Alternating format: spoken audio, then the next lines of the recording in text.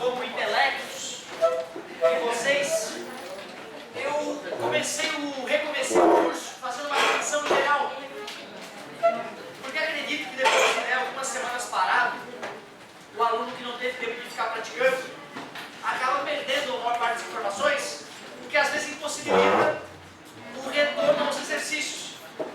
Por isso eu gostaria de a gente fazer uma revisão bem rápida sobre os principais assuntos abordados na primeira metade do curso.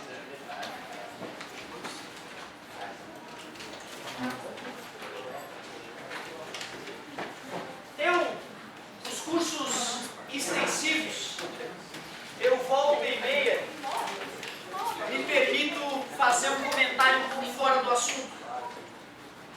E teve uma coisa que me chocou nessas férias.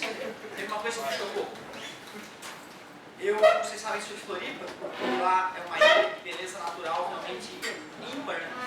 Quer dizer, sou de Floripa, é verdade, sou de Ibituba, cidade menorzinha ainda.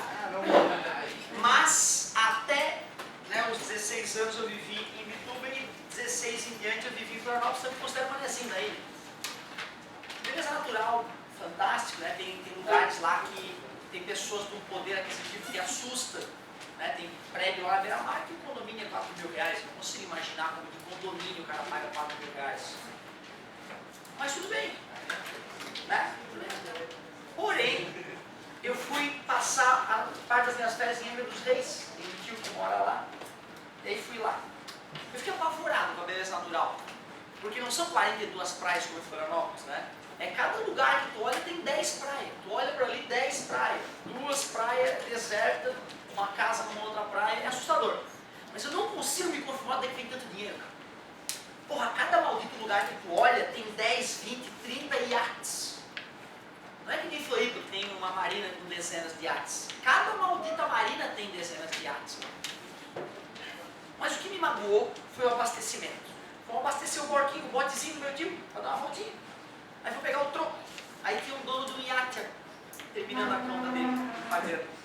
E aí o frentista do posto de gasolina, que fica na água, é um posto de gasolina onde os barcos atracam e abastecem. Esse frentista ali é um bicho, pode ter certeza. Aí abasteceu e o frentista fez um infeliz comentário: porra, esse doeu para pagar. Aí eu não resisti, né? Fui deselegante. Me desculpa, amigo, quanto é que foi? 18 mil. Meu tio perguntou: completou? Ele: não completou. Tá, bota um quarto de tanque para eu brincar final de semana. 18 mil. 18 mil reais. Eu fico perguntando: o que esse filho da puta tá comendo no bar? Tem comida aí? Olha a cerveja desse grande. E o champanhe. Corona. E eu sou fã do capitalismo, sabe, cara? Eu era socialista quando era muito novo. Estudei macro e microeconomia, fiquei fã do capitalismo. Eu hoje acho que o capitalismo divide melhor do que o socialismo. Por N motivos que não cabe aqui discutir. Mas quando eu vi isso, cara, ver o salário de 2 anos de um indivíduo normal sendo gastos no abastecimento de um brinquedo, era segunda-feira. Aquilo me magoou. Se esse cara é um mega empresário que alimenta 20 mil pessoas, que tem 20 mil empregados bem pagos, bem remunerados, com plano de saúde e o escambau, esse cara merece. Cada gota de champanhe importado que ele toma. Porém, se esse dinheiro vem de desvio e vem de mutreta, esse cara tem que se fuder. E o capitalismo tem disso, né? A gente precisa regular isso, né? E não vamos ser nós que vamos fazer isso, são seus filhos ou netos de vocês e os meus. Portanto, eu queria dividir isso com vocês para a gente refletir um pouco, né? A quantas anda a brincadeira. Vamos estudar não para ter iate, mas só para sobreviver na selva de pedra. Vamos! O negócio é o seguinte.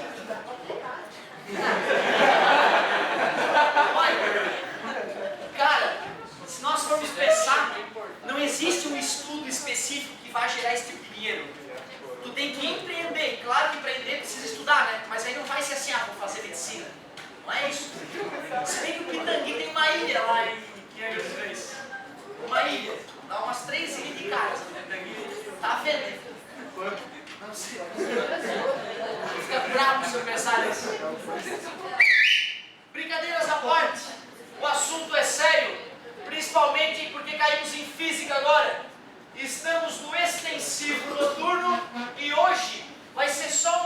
revisão, mas uma revisão a toque de caixa. Foi cinemática que nós vimos juntos? Sim. Cinemática tem conceitos básicos. Referencial, posição, movimento, repouso, trajetória, ponto material e corpo extenso. Nós temos que saber esses 7 conceitos básicos. Referencial, o local escolhido para medir a posição dos objetos. Posição, a que distância um objeto está do referencial. Movimento, quando o tempo passa e a posição muda. Repouso, quando o tempo passa e a posição não muda. Trajetória, todas as posições assumidas pelo corpo ao longo do movimento. Cuidado, posição depende do referencial, movimento depende do referencial, repouso depende do referencial, trajetória depende do referencial. Nunca se esqueçam disso. Vocês estão em movimento ou em repouso? Em relação ao Sol. Vocês em relação ao Sol? Movimento. Em relação à Terra? Claro, lógico. Ponto material é o nome que se dá ao corpo cujas dimensões são desprezíveis ou não? Desprezíveis, por isso que ele parece um ponto. Corpo extenso, o corpo cujas dimensões não são desprezíveis. O fato de o cara ser um ponto material ou um corpo extenso depende só do tamanho dele? Não, né? O mesmo objeto numa situação pode ser ponto material e noutra pode ser corpo extenso. Show! Bom, na hora que a gente começa a entrar em cinemática, imaginem vocês que eu conheço a trajetória que o corpo vai seguir. Se eu conheço a trajetória pela qual o corpo vai passear, eu não preciso ficar me perguntando para onde ele está indo, porque eu já sei o caminho que ele vai seguir.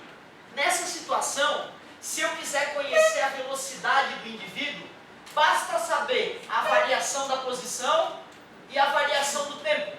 Eu divido a variação da posição pela variação do tempo e eu obtenho a velocidade. Essa velocidade é chamada velocidade escalar média. Escalar porque eu não preciso do caráter vetorial, já que eu conheço a trajetória na qual o corpo está passeando.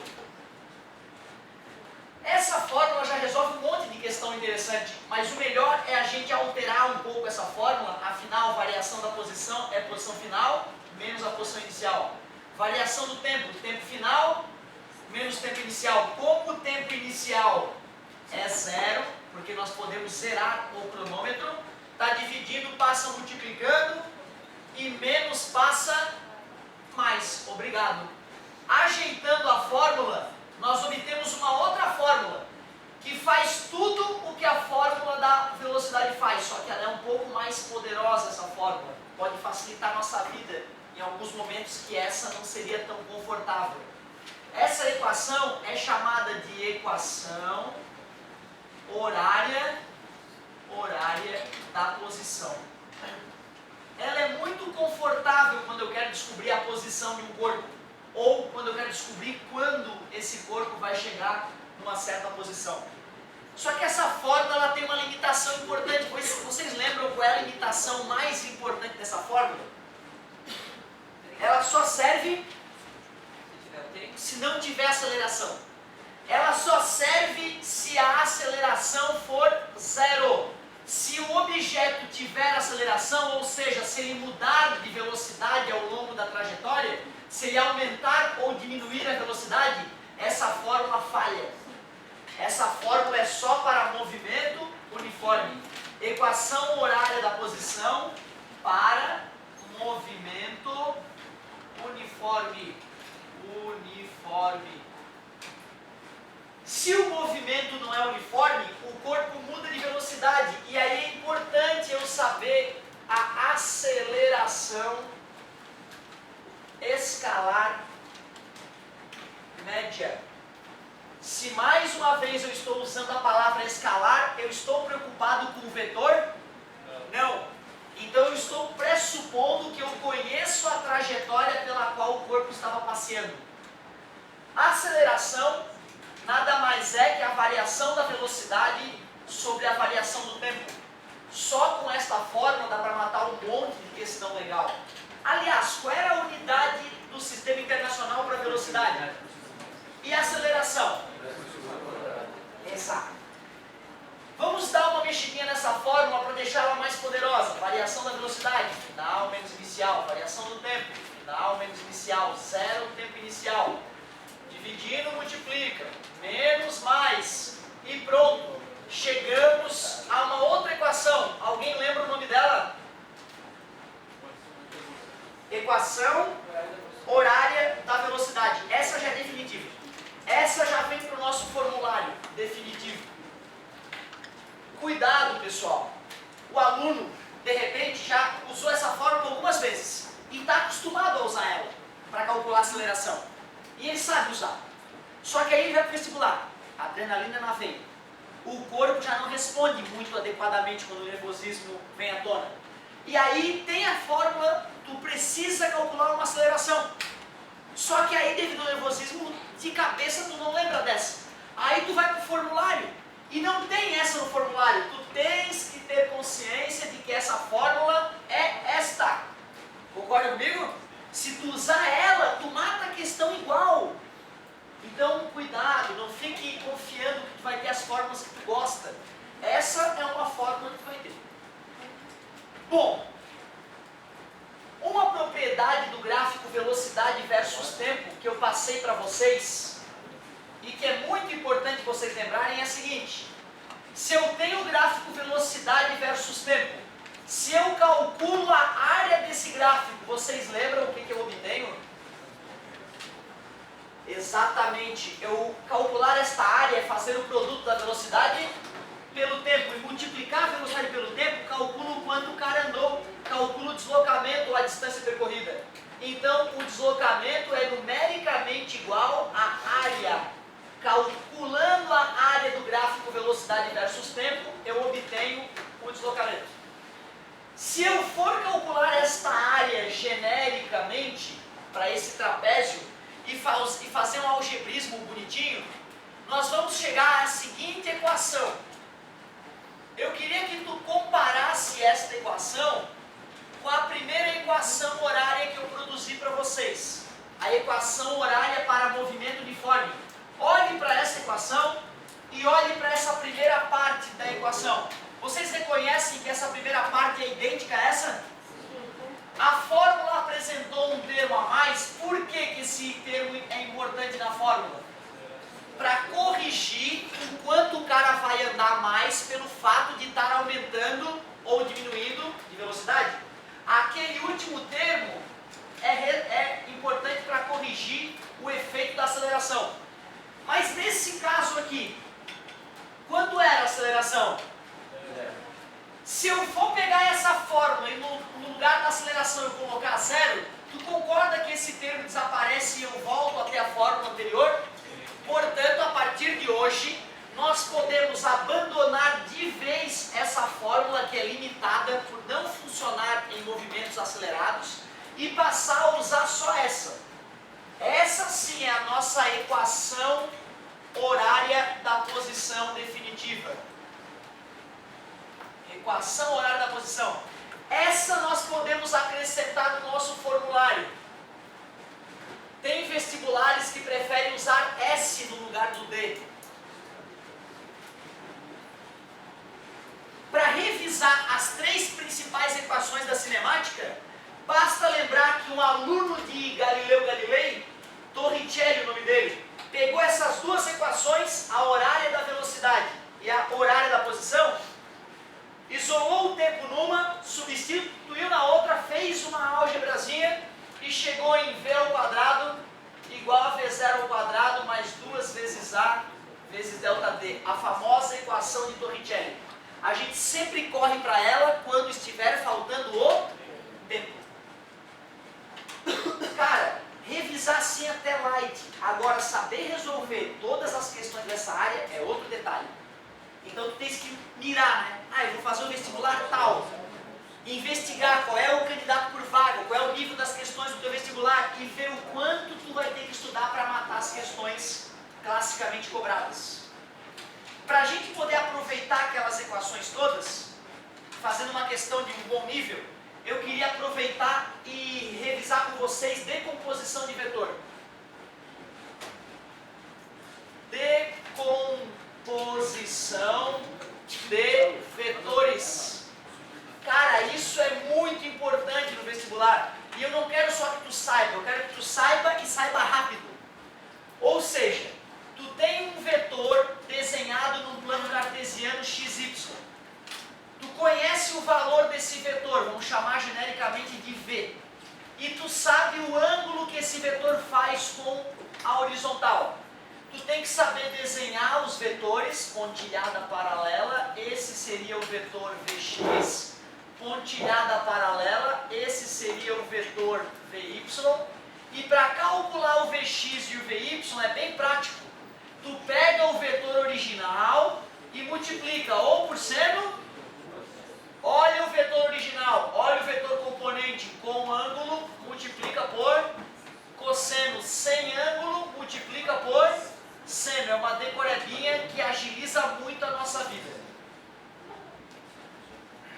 Se tu manja de decomposição e tens habilidade para usar as equações da cinemática, dá para matar qualquer questão que envolva lançamento horizontal, lançamento vertical, queda livre ou o mais terrível deles, lançamento oblíquo.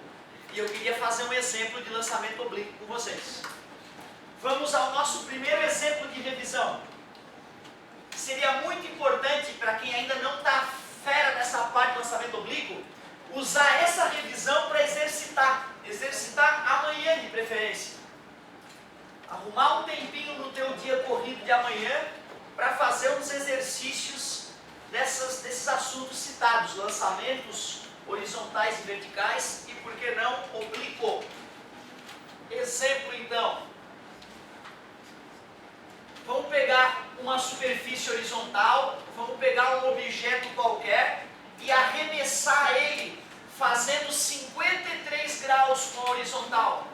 Arremessar com a velocidade inicial de 60 metros por segundo. Sabendo que a aceleração da gravidade no local é 10 metros por segundo ao quadrado e desprezando os atritos, qual pergunta é clássica numa situação dessa? Como é que é? A altura máxima. Qual é a altura máxima? Sim, parabéns, é isso mesmo, cara. Não é obrigado, né, a saber o nome técnico. O nome técnico é alcance. Altura máxima, alcance, parabéns pela participação. Tempo de queda, ou tempo que ele fica no ar, né? Tempo total. É isso aí. Eu diria, cara, que só essas perguntas já exigem bastante conhecimento. Primeira coisa que o aluno deve fazer em uma questão de lançamento oblíquo como essa: decompor o vetor velocidade inicial. Decompor a velocidade V em Vx e Vy. Como são velocidades iniciais, não custa chamar de V0x e V0y. Com certeza é o primeiro passo. V0x é V0 vezes, já que está com ângulo, cosseno. O V é 60 e o cosseno de 53 foi fornecido 0,6. 6 vezes 6, 36 metros por segundo é a velocidade horizontal. Qual é o detalhe importante sobre a velocidade horizontal? Não tem aceleração, ou seja, ela vai se manter constante, igual do início ao fim. Perigoso mesmo é a velocidade vertical. Esta vai variar devido à aceleração da gravidade. O V0 é 60. O seno de 53 é 0,8. Elimina o zero com a vírgula, 6 vezes 8, 48 metros por segundo. Então o primeiro passo importante é esse: decompor os vetores, o vetor velocidade. Segundo passo.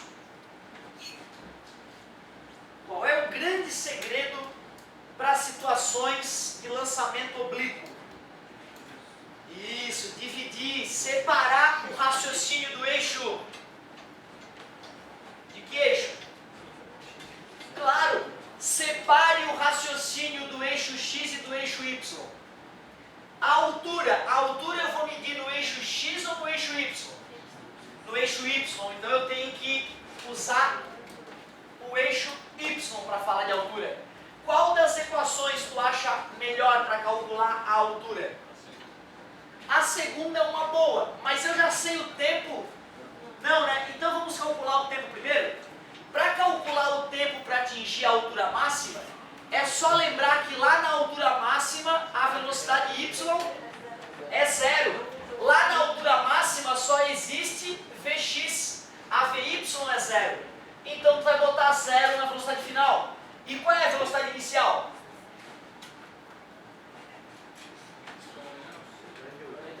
É isso que é o importante nessa matéria, gente. Parabéns para quem está participando, hein? 48. Se eu digo que 48 para cima é mais, para baixo é menos. Menos 10 vezes t. Menos passa mais, está multiplicando, passa dividindo. Vai demorar 48 segundos dividido para 10, 4,8 segundos para atingir a altura máxima. E o que eu sei sobre o tempo para a altura máxima e o tempo para voltar para o chão? É o mesmo, por isso que o tempo total é 9,6 segundos. Então tu vê, nós estávamos atrás da altura máxima, mas acabamos respondendo o tempo total. Não só o tempo de subida, como o tempo total. Agora eu concordo com o colega. Se eu quiser descobrir o quanto o cara subiu, uma boa opção é essa equação aí. D igual a D0 mais V0 vezes T, a T ao quadrado sobre 2. Posição inicial, eu posso dizer que a posição inicial aqui no chão era zero. Velocidade inicial, estamos olhando para o eixo Y, não se esqueçam, 48. Tempo que demorou para atingir a altura máxima, 4,8. Aceleração, menos 10 vezes tempo, 4,8. Como 4,8? Está errado, porra. Como assim 4,8? Nós estamos calculando a altura máxima ou o alcance? É alcance ou altura máxima? Ah, tá certo, então é 4,8, porque o 9,6 é para o alcance, né? Menos 10 vezes 4,8 ao quadrado sobre 2. Aqui é álgebra, né? Aliás, matemática básica, né? Então, 8 vezes 8, 64 vezes 6, 32 com 6, 38. 4 vezes 8, 32 foi 3. 16 com 3, 19. 4, 10 foi 1, 3 foi 2, 3. 50 vezes foi 2.500, está totalmente errado, né? 8 vezes 8, 64, foi 6. 32 mais 6, 38, tá certo. 4 vezes 8, 32. 2 foi 3. 16 mais 3, 19. Certinho até agora? 4, 10 foi 1.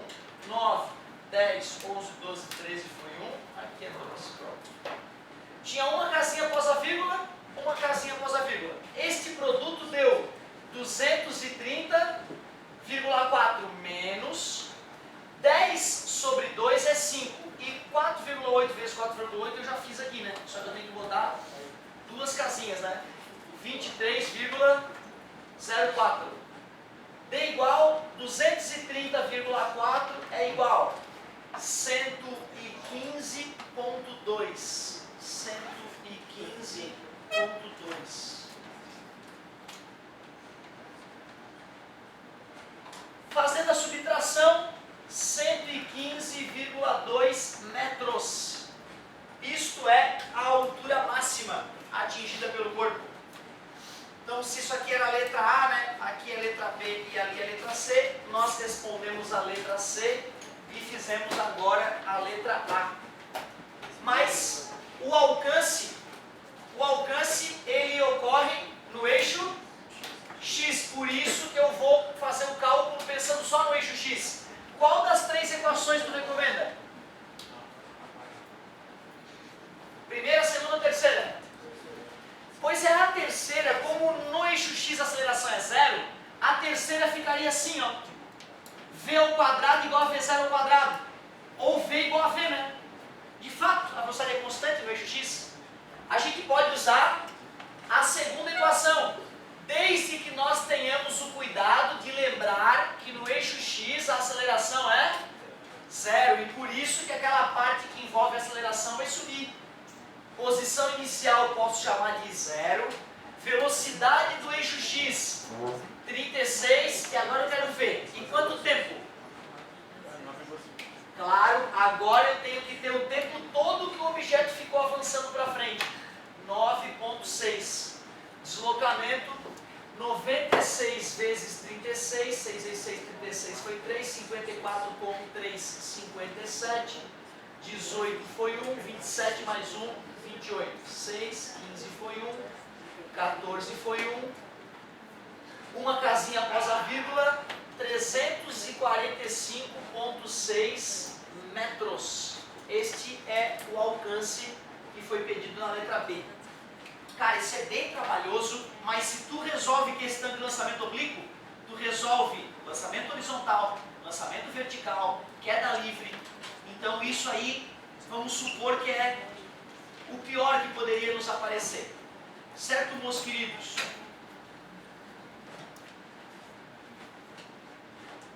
Hoje eu vou sair correndo aqui, né, bater no sinal, vocês não se espantem, porque a mudança de horário deixou meu tempo para ir para pegar o ônibus bem apertado.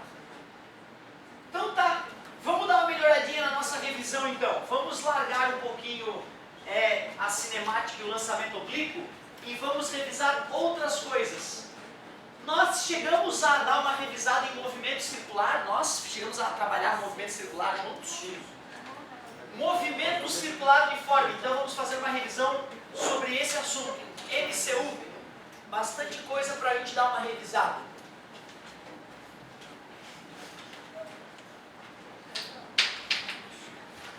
Movimento circular uniforme. Primeira pergunta perigosa já. Posso afirmar que no movimento circular uniforme a velocidade do corpo é constante? Por que não? Obrigado. Se nós formos olhar para o vetor velocidade, por mais que ele tenha o mesmo módulo, o mesmo tamanho, uma hora ele aponta para um lugar, outra hora ele já aponta para outro lugar. Portanto, no movimento circular uniforme, o módulo da velocidade é constante. O movimento circular uniforme é repetitivo, né?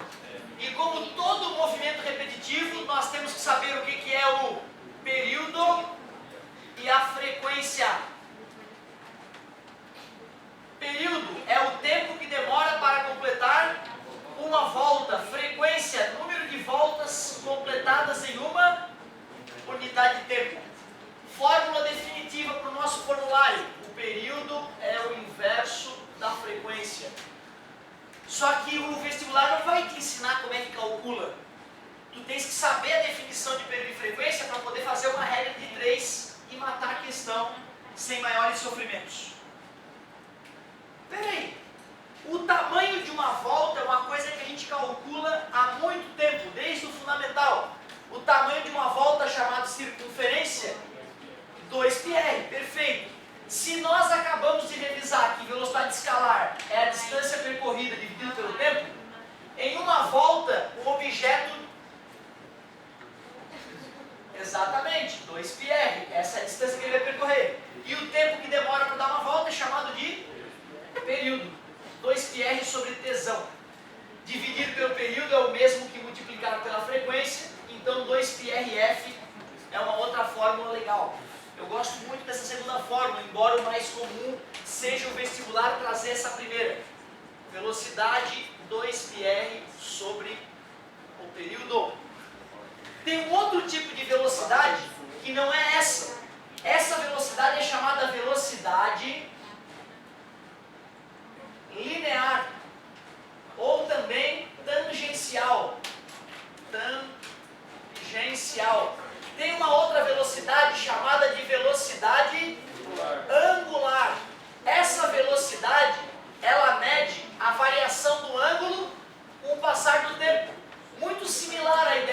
velocidade, ó. Só que qual é o ângulo de uma volta? Isso, podia ser sim, tá? 360 graus dividido pelo período. Mas o mais comum é a gente medir o ângulo em radianos. Por isso 2π sobre o período. Em vez de dividir pelo período, também poderia multiplicar pela outra fórmula que vai para o formulário definitivo. 2π sobre tesão. Olha para as duas fórmulas. O que uma tem que a outra não tem? Raio. Portanto, se eu pego a velocidade angular e multiplico por R, fica igualzinho à velocidade linear ou tangencial. Eu diria que essa é a equação mais importante para resolver problemas de acoplamento de polias. Outra fórmula que vai para o formulário definitivo. Só com essas definições já tem um monte de questão para resolver. Mas as questões mais elaboradas dessa parte envolvem acoplamento de polias. Vamos revisar rapidamente que história é essa de acoplamento de polias.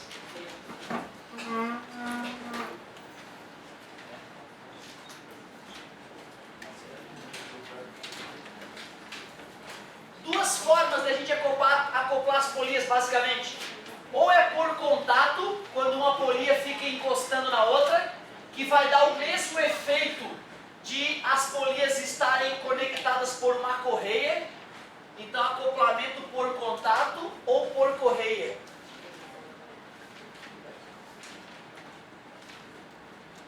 Em ambos os casos, a velocidade linear dos pontos extremos das polias são iguais.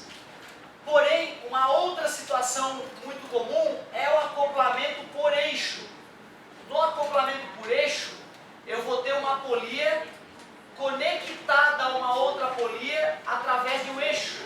Quando isso acontecer,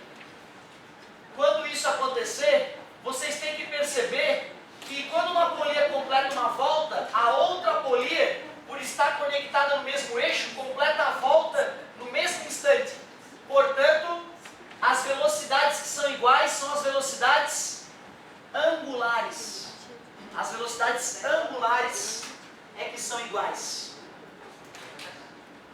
Além desses detalhes, o último detalhe mais importante que a gente viu de movimento circular uniforme foi a tal da aceleração centrípeta.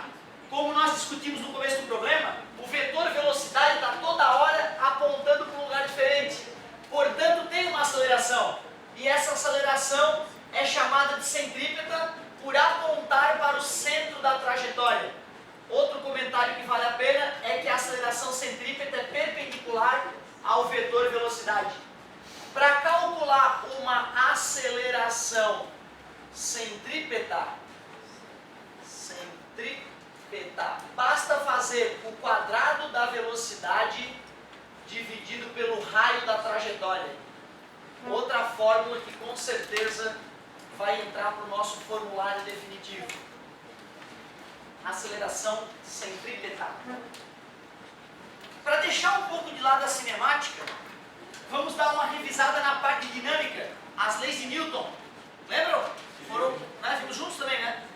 Primeira lei de Newton, lei da inércia. Se a força resultante é zero, ou o corpo está parado, ou ele está em MRU. Dinâmica é o nome da matéria. Começamos a revisão das leis de Newton. Leis de Newton. A primeira, chamada de lei da inércia, foi resumida da seguinte maneira: força resultante zero implica em velocidade zero ou movimento retilíneo uniforme. Se a velocidade é zero, a resultante é zero. Se o objeto está em MRU, a resultante é zero. Olhando dessa maneira parece fácil, né? Mas tem questão sobre a primeira lei que é chato. Por exemplo, eu arremesso o pano no chão. Depois que ele saiu da minha mão, ele continua avançando para frente, né? Se eu te perguntar que forças atuavam no pano quando ele estava aqui no meio do tablado, indo em direção à porta. Tem o peso parabéns. Tem anormal, muito bem. O atrito que aponta para onde? Para trás.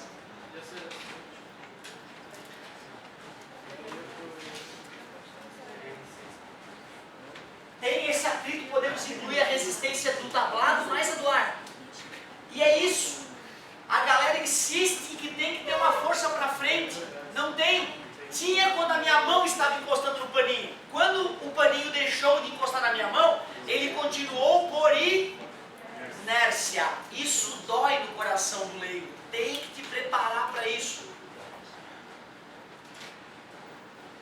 Bom, terceira lei de Newton, chamada de lei da ação. Ação e reação têm o mesmo módulo, que é o módulo, né? Mesma coisa. Mesma sentidos opostos. Mesma direção, sentidos opostos. Então se anulam, né? Jamais se anulam. Por quê? Atuam em corpos diferentes. Muito obrigado. Jamais se anulam, pois atuam em corpos diferentes. Também não custa comentar, possuem a mesma natureza.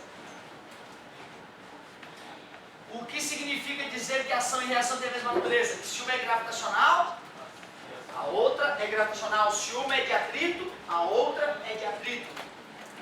Mas, das leis de Newton, a mais importante de longe é a segunda lei de Newton, chamada de princípio fundamental da dinâmica, que diz que a aceleração adquirida por um objeto é diretamente proporcional à força resultante e inversamente proporcional à massa do objeto. Está dividindo, passa multiplicando, fica um famoso física, meu amor. Essa fórmula tem tantas aplicações que dá até medo. É muita aplicação. Mas vai ficar na próxima. Isso aí voando. Meus queridos, tu tem que fazer exercício, cara. Aproveita essa raridade de a gente ter tempo de fazer uma revisãozinha e arrisca umas questõezinhas que envolvam lançamento oblíquo. Arrisca alguma coisa que envolva as leis de Newton. Traz a dúvida na aula que vem. Começo da aula eu faço uma questão ou outra e aí a gente dá uma avançadinha na matéria aos poucos. Muito obrigado pela paciência e pela atenção. Não usem drogas, usem preservativo e até semana que vem.